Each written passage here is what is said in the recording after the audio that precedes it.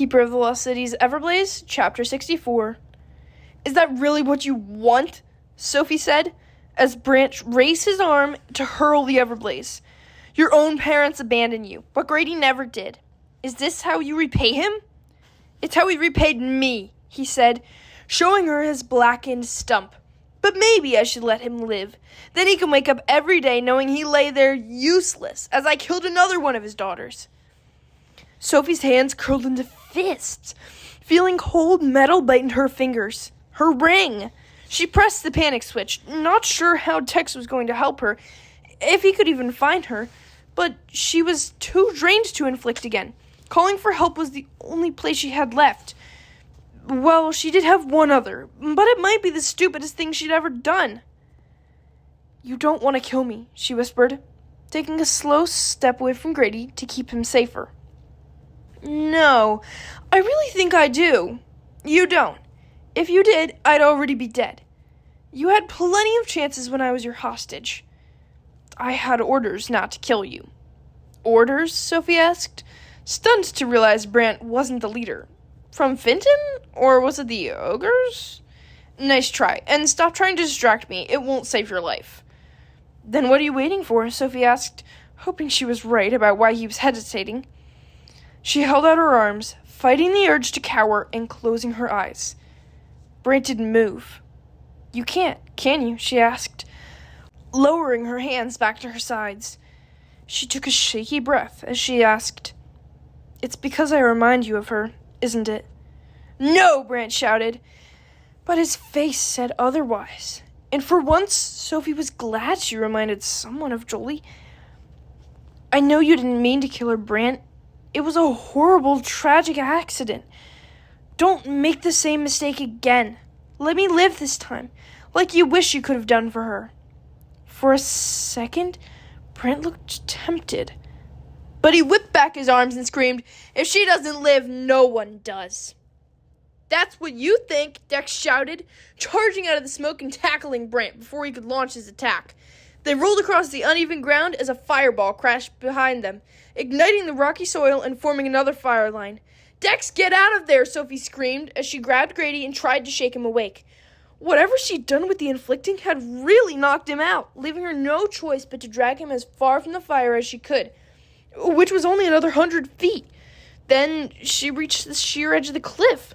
I'm serious, Dex. We have to go. Now. Do you? Brant asked, parting the wall of Everblaze so he could walk through, and dragging Dex by the throat with his good hand. Lovely gift you've brought me. A chance to take care of both of the kids that got away. Remember me, boy? He asked as his hand turned red hot, searing Dex's neck. Dex's eyes watered and his body shook from the pain, but he didn't scream. So here we go again, Sophie, Brant said, shoving Dex in front of him. What is this? The third time today? Are you as weary of the games as I am? No, I just got here, Dex answered for him. Let's keep playing. Brant rewarded him by burning Dex's cheek, leaving a finger-shaped blister. Ready to lie down and die yet? Brant asked him. Not even close. Dex left at his feet to steady his balance. Then he spun around and punched Brant. It was a solid punch, square in the jaw. Still, Sophie was surprised when Brant toppled backwards, rolling head over heels into the neon flames. Grab his arms, Sophie shouted, hardly believing she was saving Brant as she ran to the fire line and tried to drag him free. Dex stumbled over, and together they pulled Brant's thrashing body from the flames. He wasn't as scorched as Sophie thought he would be, but he didn't look good. His skin was covered in blisters and boils, and he could barely breathe from all the coughing and wheezing. So the last thing Sophie expected him to say was, Will one of you hand me a liquid crystal from my inner pocket? My arms are a bit immobilized at the moment. Dex snorted. Like we're going to do that. Brant laughed, the same breathy, haunting laugh that had filled Sophie's nightmares for weeks. I think you will. I have information you need, and there's only one way I'll share it. There's nothing we need to know that badly, Sophie promised. She was dying to find out if he knew about the ogres or the missing dwarves, but that information could wait. Even if it's about your friends, Brant asked. The ones who think they're setting up an ambush for us today? If you're wondering who I mean. "How do you know about that?" Sophie shouted, pressing him harder into the ground. Brent coughed and wheezed in her face as he told her, "First, give me the crystal." "He's just saying that so you'll let him go," Dex argued, as Sophie bit her lip. "Yes, but I also have the truth," Brant promised, "and if you hurry, you might still have enough time to save them, but only if you let me go." "You can't trust him," Dex warned her, and Sophie knew he was right. But the fact that Brant even knew that the ambush was happening proved he knew something, and she couldn't waste any more time thinking about it. The ambush was happening now, and the Everblaze was closing in on them now. "Pin his wrists," she ordered Dex, making sure Brant couldn't grab her or toss her into the flames as she peeled back the scorched fabric over his chest, revealing a tattered pocket with a slim wand crowned with a green crystal. "You could have used this the second we got here," she realized, studying the strange pathfinder, wondering where the crystal led. "But you stayed to face us."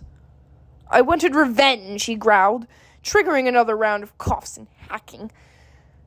"And it cost you your hand." She leaned closer, so her face was directly over his.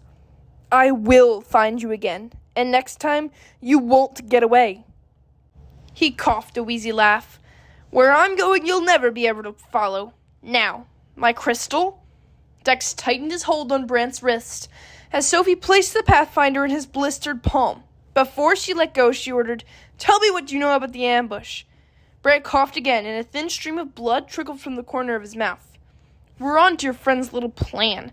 They're going to cower in their secret cave while the dwarves attack, right?" "How did you know that?" Sophie demanded. "We have many ways, just like we have many dwarves hidden in the mountains. Far more than the Black Swan will be bringing, and they have orders to kill everyone waiting for them." The words were still on his lips when he bucked his body, throwing Sophie and Dex backward. He groaned in agony as he raised the crystal to create a faint path, but his lips were smiling as he rolled into the light, vanishing in a vivid green flash. "Come on," Dex said as he offered Sophie a helping hand. "We have to get Grady out of here." "No, I have to go warn the others." "Then I'm going with you. We'll drop Grady at home, and then there's no time. You heard him. We might already be too late." "Okay, then tell me where you'll find them, and I'll go while I'll teleport there. If I can even remember what they look like. And I don't know if I even saw a picture of them. Wait." She patted her pocket, never so happy to feel her iPod, and when she touched the screen, it sprang instantly to life. "Green Boot Caves," she whispered, as she punched the letters into the search, and dozens of pictures and disturbing scenes scrolled across her screen. "This is all I need. I'll teleport there while you take Grady home. Actually, no, go to Everglen and tell Alden..." "What?" she asked when she caught the look on Dex's face. She realized that she was forgetting it before he even said it. "Right, I can't teleport." Dex reached for her forehead, but Sophie backed away. "You can't, Dex, they'll know." "You have to go, right?" She gave herself 5 seconds to accept that this was the only way. Then she nodded.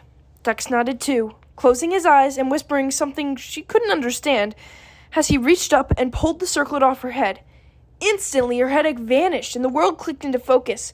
Her mind raced through dozens of different thoughts and sensations, like her brain was stretching its weary muscles after being closed in. "You okay?" Dex asked as she rubbed her temples. "It's like I can think again." "I'm so sorry." She smiled sadly. "I have to go." "Wait," he said, pulling a wide black cuff off his wrist.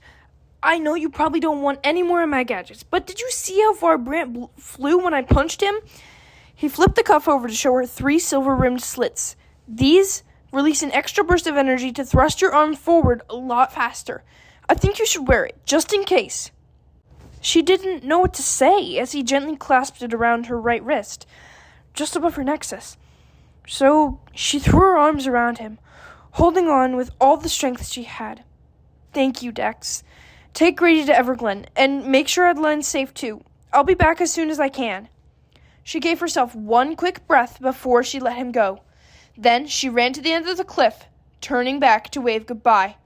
She caught a glimpse of Dex tossing her circlet into the glowing flames of Everblaze. Then she closed her eyes and jumped off the edge.